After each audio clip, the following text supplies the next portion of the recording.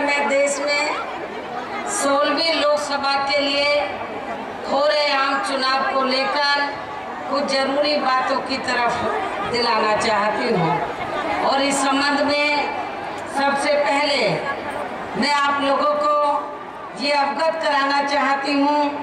कि हमारी पार्टी आपके उत्तर प्रदेश की यहाँ सभी 80 लोकसभा की सीटों पर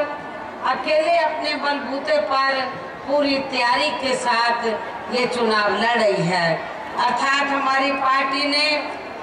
इस चुनाव में किसी भी पार्टी के साथ किसी भी प्रकार का कोई चुनावी समझौता नहीं किया है। और टिकट देने के मामले में भी हमारी पार्टी ने जहां सर्व समाज के लोगों को उनकी बीएसपी में जुड़ने की तादाद को ध्यान में रखकर ही उन्हें उचित भागीदारी भी दी है। लेकिन अब यहाँ मुख्य सवाल ये पैदा होता है कि इस चुनाव में आपके प्रदेश की आम जनता को वे आपके क्षेत्र की आम जनता को अपना वोट कांग्रेस, बीजेपी, सपा वे अन्य विरोधी पार्टियों को न देकर अकेले अपनी पार्टी बहुजन समाज पार्टी को ही देना क्यों जरूरी है, इस खास बात को आप लोगों को समझना होगा। और इस बारे में हमारी पार्टी का ये कहना है कि जब से हमारा देश आजाद हुआ है तो उसके बाद से केंद्र व अधिकांश राज्यों में भी ज्यादातर सत्ता जहां कांग्रेस, बीजेपी व अन्य विरोधी पार्टियों के हाथों में ही केंद्रित रही है। जबकि हमारे देश को आजाद हुए अब 65 वर्षों से भी ज्यादा समय हो चुका है। लेकिन दुख की बात यह है कि आजादी के बाद इस लंबी अवधि में भी यहाँ अपने देश में सर्व समाज में से खास तौर से बहुजन समाज, जिसके अंतर्गत अनुसूचित जाति, जनजाति, अन्य पिछड़ा वर्ग एवं धार्मिक अल्पसंख्यक समाज से संबंधित मुस्लिम, सिख, ईसाई, पारसी व बौद्ध आदि पैमाने पर हमें देखने के लिए मिलती है। इसके साथ ही बाबा साहब डॉक्टर अम्बेडकर के अथक प्रयासों के कारण अपने देश में अनुसूचित जाति, जनजाति एवं अन्य पिछड़े वर्गों के लोगों को केंद्र व राज्य सरकारी नौकरियों में जो भी आरक्षण की सुविधा मिल रही है तो उसे भी यहाँ विरोधी पार्टियों की सरकारों व अन्य ताकतों द्वारा आए दिन नए नए नियम व कानून आदि बना के अब इसे भी धीरे धीरे खत्म करने का प्रयास किया जा रहा है। इसके साथ साथ एक सोची समझी साजिश के तहत ही इन वर्गों के आरक्षण के कोटे को बढ़ाए बिना ही इनके सूची में अभी तक काफी अन्य जातियों को भी जोड़ दिया गया है ताकि इन वर्गों के लोगों को कम से कम आरक्षण का लाभ मिल सके। और इतना ही नहीं बल्कि गरीबी एवं बेरोजगारी के मामले में लगभग यही खराब स्थिति पूरे देश में यहाँ मुस्लिम समाज एवं अन्य धार्मिक अल्पसंख्यक समाज के लोगों की भी बनी हुई है, जिसका काफी कुछ खुलासा केंद्र सरकार की सच्चर कमेटी की रिपोर्ट में भी किया गया है। इसी प्रकार जहाँ पूरे देश में अपर कास्ट समाज में से गरीब लोगों की भी हालत हमें कोई खास अच्छी नजर नहीं आती है। इसलिए हमारी पार्टी ने पूरे देश में मुस्लिम एवं अन्य धार्मिक अल्पसंख्यकों के साथ साथ यहाँ अपर कास्ट समाज में से गरीब एवं बेरोजगार लोगों को भी शिक्षा एवं सरकारी नौकरियों आदि में भी इन्हें आर्थिक आधार पर अलग से आरक्षण दिए जाने के लिए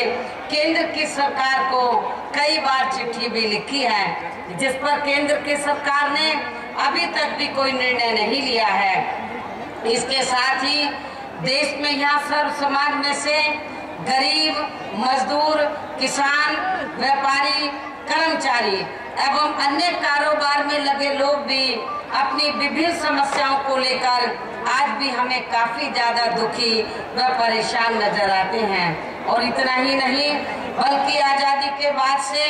केंद्र सरकार की ज्यादातर मामलों में लगातार चली आ रही आर्थिक व अन्य सभी गलत नीतियों के कारण यह अपने देश में गरीबी, बेरोजगारी व महंगाई आदि भी काफी ज्यादा बढ़ी है, जिससे पूरे देश में या सर्व समाज में से सबसे ज्यादा गरीब एवं मध्यम वर्ग के लोग ही बुरी तरह से प्रभावित हो रहे हैं। हालांकि इस मामले में शुरू से ही हमारी पार्टी केंद्र की सरकार से हर स्तर पर ऐसी नीति अपनाने की लगातार ये मांग करती आ रही है कि देश में कुछ गिने चुने पूंजीपतियों का विकास होने की बजाय यहाँ ज्यादातर गरीब आम आदमी का ही विकास होना चाहिए। जनता सही मायने में अपनी गरीबी, बेरोजगारी, महंगाई व अन्य और सभी समस्याओं से भी काफी हद तक मुक्ति पा सकती है। लेकिन दुख की बात यह है कि हमारी पार्टी की इस बात पर केंद्र की सरकार द्वारा अभी तक भी कोई विशेष कदम नहीं उठाए गए हैं। इसके अलावा अपने देश में पिछले कुछ वर्षों से यहाँ भ्रष्टाचार भी हर स्तर पर काफी ज्यादा बढ़ा है, जिससे आपका खुद का अपना प्रदेश भी अछूता नहीं रहा है। इसके साथ ही केंद्र व राज्य सरकारों द्वारा भ्रष्टाचार को रोकने के लिए अभी तक जो भी नए नए नियम व कानून आदि बनाए गए हैं वे बहुत ज्यादा प्रभावशाली नहीं है, जिनसे यहाँ भ्रष्टाचार पर पूरे तौर से अंकुश नहीं लगाया जा सकता है। और इतना ही नहीं बल्कि केंद्र में कांग्रेस, बीजेपी व अन्य विरोधी पार्टियों की रही इन सभी सरकारों के दौरान भी यहाँ अपने देश का वर्षों से विदेशों में करोड़ों अरबों की तादाद में जमा काला धन भी अभी तक अपने देश में वापस नहीं आ सका है, जबकि विदेशों में जमा इस काले धन से यहाँ अपने देश की अभी तक काफी कुछ गरीबी एवं बेरोजगारी दूर हो सकती थी। इसके साथ ही केंद्र व राज्य सरकारों की अपनी कुछ कमियों के कारण ही यह अपने देश में अनेकों और भी गंभीर समस्याएं हमारे सामने मौजूद हैं, जिन्हें अभी तक भी हल नहीं किया गया है और जिनको लेकर अब यहाँ की जनता काफी ज्यादा दुखी व चिंतित भी है। लेकिन इन सब के लिए हमारी पार्टी केंद्र व राज्यों में और आपके राज्य में भी ज्यादातर सत्ता यहाँ गलत पार्टियों अर्थात कांग्रेस, बीजेपी व अन्य विरोधी पार्टियों के हाथों में ही आने को मानकर चलती है। और इसमें भी हमारी पार्टी काफी हद तक कसूरवार केंद्र में व राज्यों में भी ज्यादातर कांग्रेस पार्टी को ही मानकर चलती है, जिसने आजादी के बाद या सबसे ज्यादा लंबे समय तक केंद्र व राज्यों में भी राज किया है, जो अधिकांश अभी तक भी चल रहा है। इस पार्टी के अलावा केंद्र में बीजेपी का लगभग 6 वर्षों का शासनकाल भी यहाँ कोई खास अच्छा नहीं रहा है और लगभग यही खराब स्थिति केंद्र में कुछ समय के लिए रही, यहाँ अन्य पार्टियों के शासनकाल की भी बनी रही है। और इस सब का मुख्य कारण हमारी पार्टी इनकी गलत नीतियों को ही ज्यादातर जिम्मेवार मानकर चलती है, जिसकी खास वजह ये है कि आजादी के बाद से लेकर अभी तक लगभग ये सभी विरोधी पार्टियां केंद्र व राज्यों में भी ज्यादा पूंजीपतियों व धन्ना सेठों की आर्थिक मदद से ही सत्ता में आती रही हैं और सत्ता में आ जाने के बाद फिर ये पार्टियां अधिकांश मामलों में अपनी सरकार की आर्थिक व अन्य सभी नीतियां यहाँ सर्व समाज के लोगों की सभी समस्याओं को दूर करने के हिसाब से तैयार नहीं करती हैं, बल्कि उन बड़े बड़े पूंजीपतियों व धन्ना सेठों को ही फायदा पहुंचाने के हिसाब से अधिकांश नीतियां तैयार करती हैं, जिनके आर्थिक सहयोग से चुनाव लड़कर ज्यादातर ये पार्टियां केंद्र व राज्यों में भी अभी तक यहाँ सत्ता में आती रही हैं, जिसके कारण ही पूरे देश में यहाँ सर्व समाज के लोग अधिकतर मामलों में अपनी विभिन्न समस्याओं को लेकर आज भी हमें काफी ज्यादा परेशान नजर आते हैं। ऐसे हालातों में अब मेरा आप लोगों से यही कहना है कि यदि आप लोग सही मायने में अपनी सभी समस्याओं से छुटकारा पाना चाहते हैं तो फिर आप लोगों को अपने राज्य के साथ साथ अब केंद्र में भी कांग्रेस, बीजेपी व अन्य विरोधी पार्टियों को किसी भी कीमत पर इन्हें यह सत्ता में वापस नहीं आने देना है, बल्कि इन पार्टियों के स्थान पर अब आप लोगों को केवल अपनी पार्टी बहुजन समाज पार्टी को ही यहाँ केंद्र में अपने राज्य में भी सत्ता में लाना होगा, क्योंकि पूरे देश में बहुजन समाज पार्टी ही अकेली एक ऐसी पार्टी है जो विरोधी पार्टियों की तरह देश के बड़े बड़े पूंजीपतियों व धन्ना सेठों की आर्थिक मदद से नहीं बल्कि अपनी पार्टी के ही आम कार्यकर्ताओं की आर्थिक मदद से चुनाव लड़कर यह केंद्र व राज्यों की सत्ता में आना चाहती है, ताकि हमारी पार्टी के सत्ता में आने के बाद फिर हमारी सरकार के ऊपर किसी भी पूंजीपति व धन्ना सेठ का दबाव न पड़ सके। और ऐसी स्थिति में ही फिर हमारी पार्टी की सरकार बिना किसी दबाव के आजाद होकर जहाँ सर्व समाज के लोगों की सभी समस्याओं का समाधान करके उन्हें हर मामले में खुशहाल बना सकती है।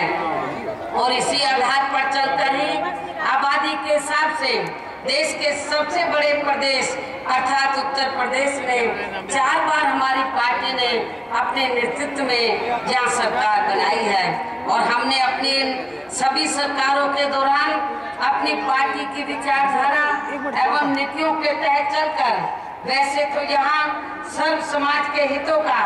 पूरा ध्यान रखा है, लेकिन सभी मामलों में प्राथमिकता पहले हमने जहाँ सर्व समाज में से जिनकी हर मामले में व हर स्तर पर या पूर्व की सभी सरकारों में उनकी जातिवादी व सांप्रदायिक सोच के कारण काफी ज्यादा उपेक्षा की गई है। इसके साथ ही हमारी सरकार ने जहां उत्तर प्रदेश में सर्व समाज में से गरीबों, मजदूरों, किसानों, वकीलों, कर्मचारियों, छात्रों, युवाओं, महिलाओं, व्यापारियों एवं अन्य कारोबार में लगे लोगों के हितों में भी अनेकों महत्वपूर्ण एवं ऐतिहासिक कार्य किए हैं, जिनसे इन्हें काफी ज्यादा लाभ पहुंचा है। और इतना ही नहीं बल्कि उत्तर प्रदेश में हमारी पार्टी के शासन काल में यहाँ अपने देश में दलित एवं अन्य पिछड़े वर्गों में जन्मे हमारे महान संतों, गुरुओं व महापुरुषों में भी खास तौर से महात्मा ज्योतिराव फूले, छत्रपति शाहू जी महाराज, श्री नारायणा गुरु, बाबा साहब डॉक्टर भीमराव अम्बेडकर एवं मान्यवर श्री कांशीराम जी आदि को भी विभिन्न रूपों में पहली बार या पूरा आदर सम्मान दिया गया है, जिन्हें अब विरोधी पार्टियों के लोग अपनी जातिवादी मानसिकता के कारण अभी तक भी को आसानी से पचा नहीं पा रहे हैं। इसके अलावा हमारी सरकार ने उत्तर प्रदेश में यहाँ सब समाज के लोगों के ऊपर किसी भी प्रकार की कोई जुल्म जाति भी नहीं हो रही है, नहीं होने दी है। अर्थात हमारी सरकार ने जुल्म जाति करने वाले लोगों को यहाँ बिना कोई देरी किए हुए उन्हें तुरंत ही जेल की सलाखों के अंदर भेजा है, जहाँ उनकी असली जगह होनी चाहिए। इसके साथ ही हमने अपनी सभी सरकारों के समय में विकट परिस्थितियों में भी यहाँ कोई भी हिंदू मुस्लिम दंगे व जातीय तनाव आदि भी पैदा नहीं होने दिए हैं। और ये हमारी सरकार की कानून व्यवस्था के मामले में यहाँ अभी तक की बहुत बड़ी उपलब्धि रही है। लेकिन दुख की बात यह है कि इस मामले में अब यहाँ समाजवादी पार्टी की सरकार ठीक इसके विपरीत ही कार्य कर रही है। अर्थात अब वर्तमान सपा सरकार में हर मामले में व हर स्तर पर जहाँ कानून का राज नहीं बल्कि गुंडों, बदमाशों, माफियाओं, अराजक व अन्य आपराधिक तत्वों के साथ साथ यह भ्रष्ट लोगों का ही राज चल रहा है, जिसके कारण ही यहाँ प्रदेश में चोरी, डकैती, हत्या, लूटमार, फिरौती, अपहरण, बलात्कार, सांप्रदायिक दंगे व जातीय तनाव आदि की वारदातें भी यहाँ काफी ज्यादा चरम सीमा पर पहुँच चुकी हैं। और खास तौर से मुजफ्फरनगर व शामली जिले में हुए दंगों ने तो अब यहाँ की जनता को काफी ज्यादा चिंतित करके रख दिया है, जिसमें हिंदुओं के साथ साथ यहाँ सबसे ज्यादा जानी माली नुकसान मुस्लिम समाज के लोगों का ही हुआ है। और इस मामले में अभी हाल ही में माननीय सुप्रीम कोर्ट ने भी इसके लिए वर्तमान सपा सरकार की हर स्तर पर बरती गई नाकामी को ही पूरे तौर से जिम्मेवार ठहराया है। इसके साथ ही पूरे उत्तर प्रदेश में इस बिगड़ी विकास के कार्यों पर भी बहुत बुरा प्रभाव पड़ रहा है, असर पड़ रहा है, जिससे अब यहाँ विकास के कार्य भी ज्यादातर ठप पड़े हैं। जबकि उत्तर प्रदेश में हमारी पार्टी ने अपने सभी चारों शासन काल के दौरान यहाँ कानून व्यवस्था व विकास के मामले में भी हर स्तर पर काफी बेहतरीन सरकार दी है। इसलिए अब मेरा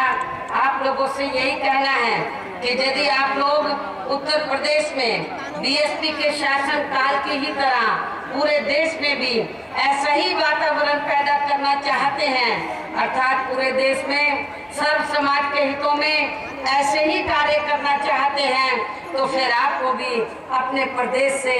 इस समय देश में लोकसभा के लिए हो रहे आम चुनाव में इस बार अपनी पार्टी का जरूर अच्छा रिजल्ट दिखाना होगा, ताकि केंद्र में फिर बीएसपी एक मजबूत ताकत बनकर अर्थात बैलेंस ऑफ पावर बनकर देश की सत्ता तक पहुंच सके। और आपको ये सब करना खास तौर से यहाँ उत्तर प्रदेश के लिए इसलिए भी बहुत जरूरी है क्योंकि अभी तक केंद्र में जिन भी पार्टियों की सरकारें रही हैं तो उन्होंने जहां आपके उत्तर प्रदेश की हर मामले में व हर स्तर पर काफी ज्यादा उपेक्षा की है। हालांकि इस बारे में वैसे आप लोगों को ये भी मालूम है कि हमारी पार्टी ने अपने चारों शासन काल के दौरान यहाँ की जनता के जनहित के कार्यों को लेकर केंद्र की सरकार से विशेष आर्थिक सहायता पैकेज भी मांगा था, जिसे बार बार आग्रह करने के बाद भी केंद्र सरकार द्वारा हमें नहीं दिया गया। इसके साथ ही देश की राजधानी दिल्ली से लगे हुए पश्चिमी उत्तर प्रदेश को भी कुछ मामलों में प्राइवेट सेक्टर के जरिए विकसित करने के लिए भी इसकी हमने केंद्र की सरकार से अनुमति देने की भी विशेष अपील की थी, लेकिन उसे भी नहीं दिया गया। इसके साथ साथ यहाँ पश्चिमी उत्तर प्रदेश में माननीय उच्च न्यायालय की अलग से नई खंडपीठ बनाने के लिए भी हमारी पार्टी ने अनेकों बार केंद्र की सरकार से विशेष आग्रह किया है, लेकिन इसे भी अभी तक स्वीकार नहीं किया गया है। इसके अलावा हमारी पार्टी की ही सरकार द्वारा प्रदेश की लगभग यहाँ उत्तर प्रदेश की लगभग 17 ओबीसी की जातियों को यहाँ SC ST के आरक्षण के कोटे को बढ़ाने की शर्त के साथ ही इन्हें इनकी सूची में शामिल किए जाने के लिए भी केंद्र की सरकार को अनेकों बार चिट्ठी लिखी गई है, जिस पर भी केंद्र की सरकार ने अभी तक भी कोई निर्णय नहीं लिया गया है। इसी प्रकार केंद्र की सरकार के अधीन यहाँ उत्तर प्रदेश की जो वर्षों से बड़ी बड़ी सड़कें राष्ट्रीय मार्ग अब हालत में पड़े हुए थे, तो उन्हें भी हमारी सरकार के बार बार कहने के बावजूद भी केंद्र सरकार द्वारा ठीक नहीं कराया गया है। और इतना ही नहीं बल्कि उत्तर प्रदेश व यहाँ की जनता के संपूर्ण विकास व उत्थान के लिए भी हमारी सरकार द्वारा उत्तर प्रदेश के पुनर्गठन के प्रस्ताव को भी यहाँ की असेंबली से पास करा के जो केंद्र की सरकार के पास भेजा गया था, जिसमें आपके पश्चिमी उत्तर प्रदेश को भी अलग से नया राज्य बनाने की बात कही गई है, लेकिन इस पर भी केंद्र की सरकार ने अभी तक भी कोई निर्णय नहीं लिया है। कहने का तात्पर्य यह है कि उत्तर प्रदेश व यहाँ की जनता के विकास वे उत्थान के लिए केंद्र में रही अभी तक की यहाँ सभी विरोधी पार्टियों की सरकारों ने कोई खास ध्यान नहीं दिया है, जबकि उत्तर प्रदेश ने अपने देश को अब तक यहाँ से कई प्रधानमंत्री भी दिए हैं। इसलिए अब मेरा आप लोगों से यही कहना है कि यदि ऐसी स्थिति में केंद्र में हमारी पार्टी की सरकार बन जाती है तो फिर हमारी पार्टी की सरकार आपके उत्तर प्रदेश के केंद्र से जुड़े इन सभी लटके पड़े हुए कार्यों को प्राथमिकता के आधार पर जरूर पूरा करा देगी। इसके साथ साथ हमारी पार्टी उत्तर प्रदेश की तरह फिर पूरे देश में भी जहाँ हर मामले में वे हर स्तर पर सर्वजन हिताय व सर्वजन सुखाय की नीतियों के आधार पर चलकर ही सरकार चलाएगी। और इस मामले में केंद्र में हमारी सरकार पूरे देश में सब समाज में से सभी वर्गों एवं विभिन्न क्षेत्रों में लगे लोगों के हितों का विशेष ध्यान रखते हुए यह समाज में समता मूलक समाज व्यवस्था को भी स्थापित करने का पूरा प्रयास करेगी। और इतना ही नहीं बल्कि अपने देश की पड़ोसी देशों से लगी हुई सीमाओं को भी सुरक्षित रखने का भी हर संभव पूरा प्रयास किया जाएगा। इसके साथ ही हर मामले में राष्ट्रीय व अंतर्राष्ट्रीय स्तर पर आर्थिक व अन्य सभी नीतियां भी यहाँ अपने देश व सब समाज के हितों को ही ध्यान में रखकर बनाई जाएंगी, जिन्हें पूरा करने के लिए अब आप लोगों को अपनी पार्टी को ही यहाँ केंद्र की सत्ता में लाना बहुत जरूरी है, जिसके लिए खास तौर से आपको यहाँ अपने उत्तर प्रदेश से इस बार लोकसभा का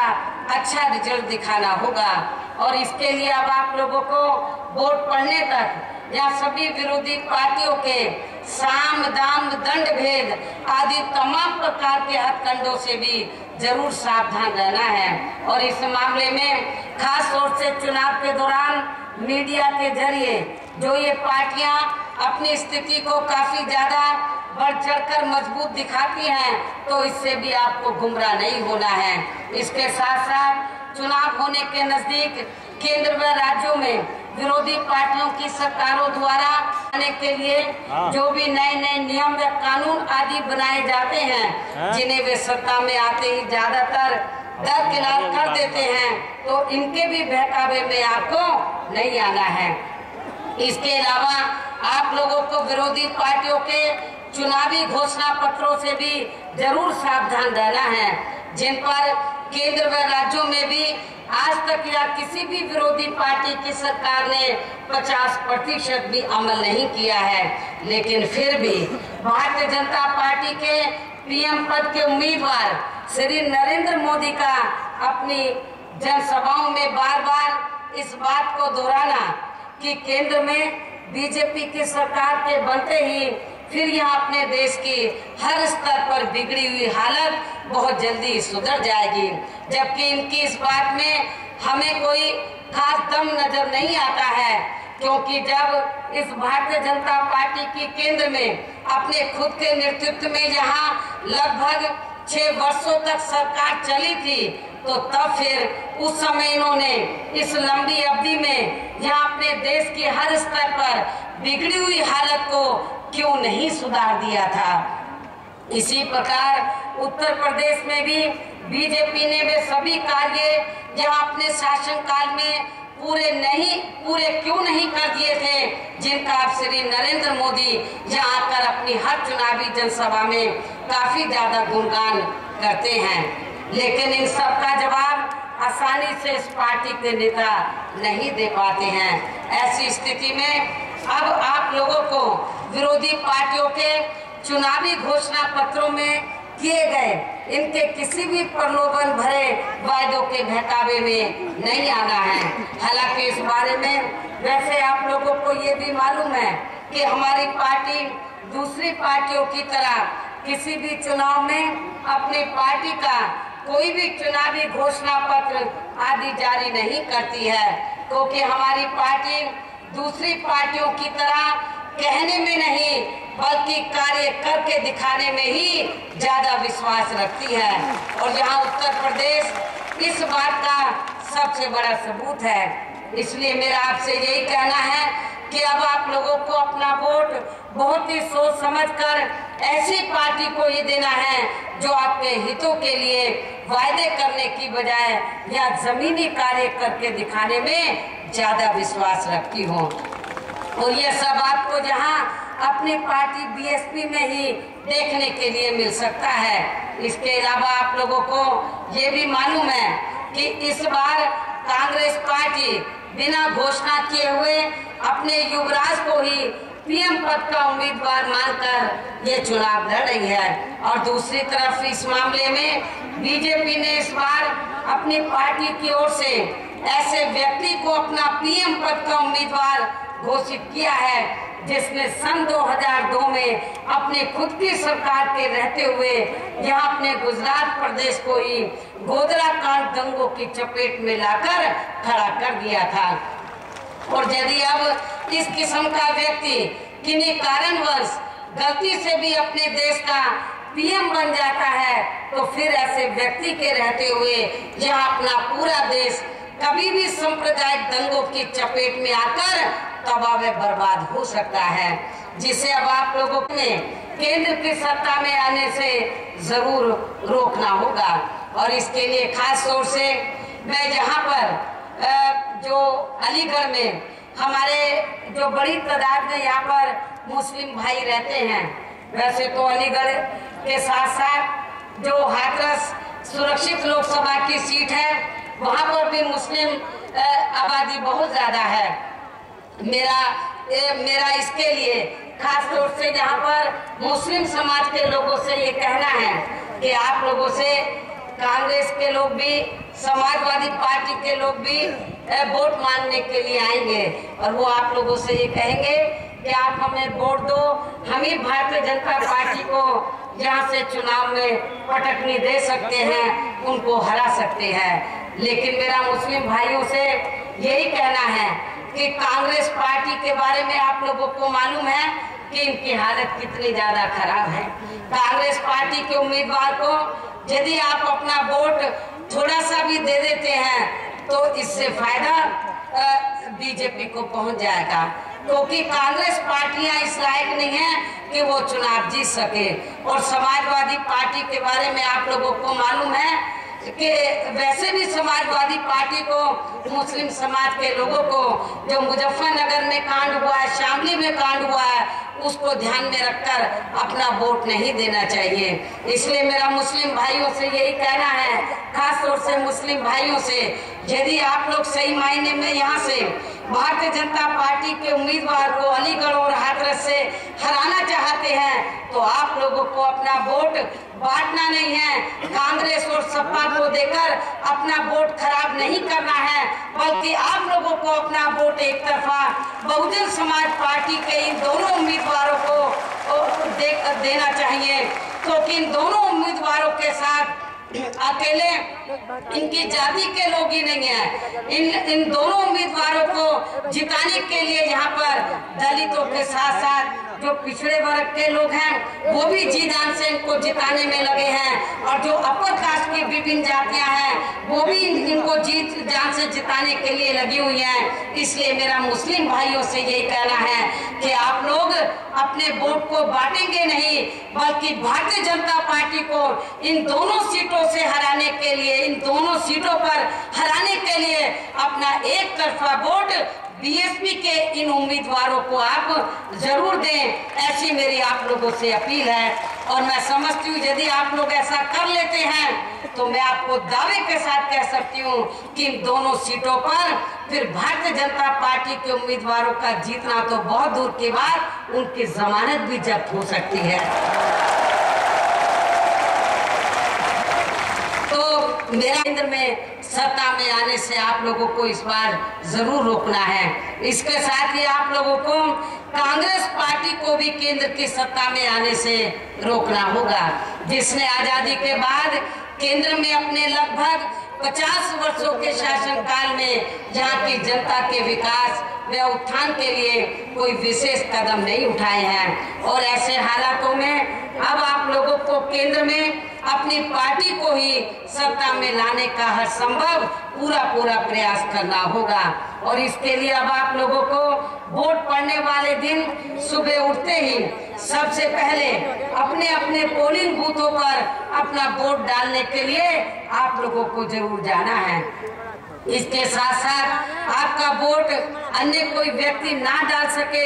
इसका भी आप लोगों को खुद ही ध्यान रखना है। और वैसे मुझे आप लोगों के ऊपर ये पूरा भरोसा है कि आप लोग मेरी इन सभी बातों पर अमल करके इस समय पूरे देश में लोकसभा के लिए हो रहे आम चुनाव में जहां अपने क्षेत्र व पूरे उत्तर प्रदेश से भी अपनी पार्टी का इस बार जरूर अच्छा रिजल्ट दिखाएंगे, ताकि इस बार हमारी पार्टी केंद्र में अपनी महत्वपूर्ण भूमिका निभा के यहाँ अपने संतों, गुरुओं व महापुरुषों के सपनों को कुछ हद तक जरूर साकार कर सके।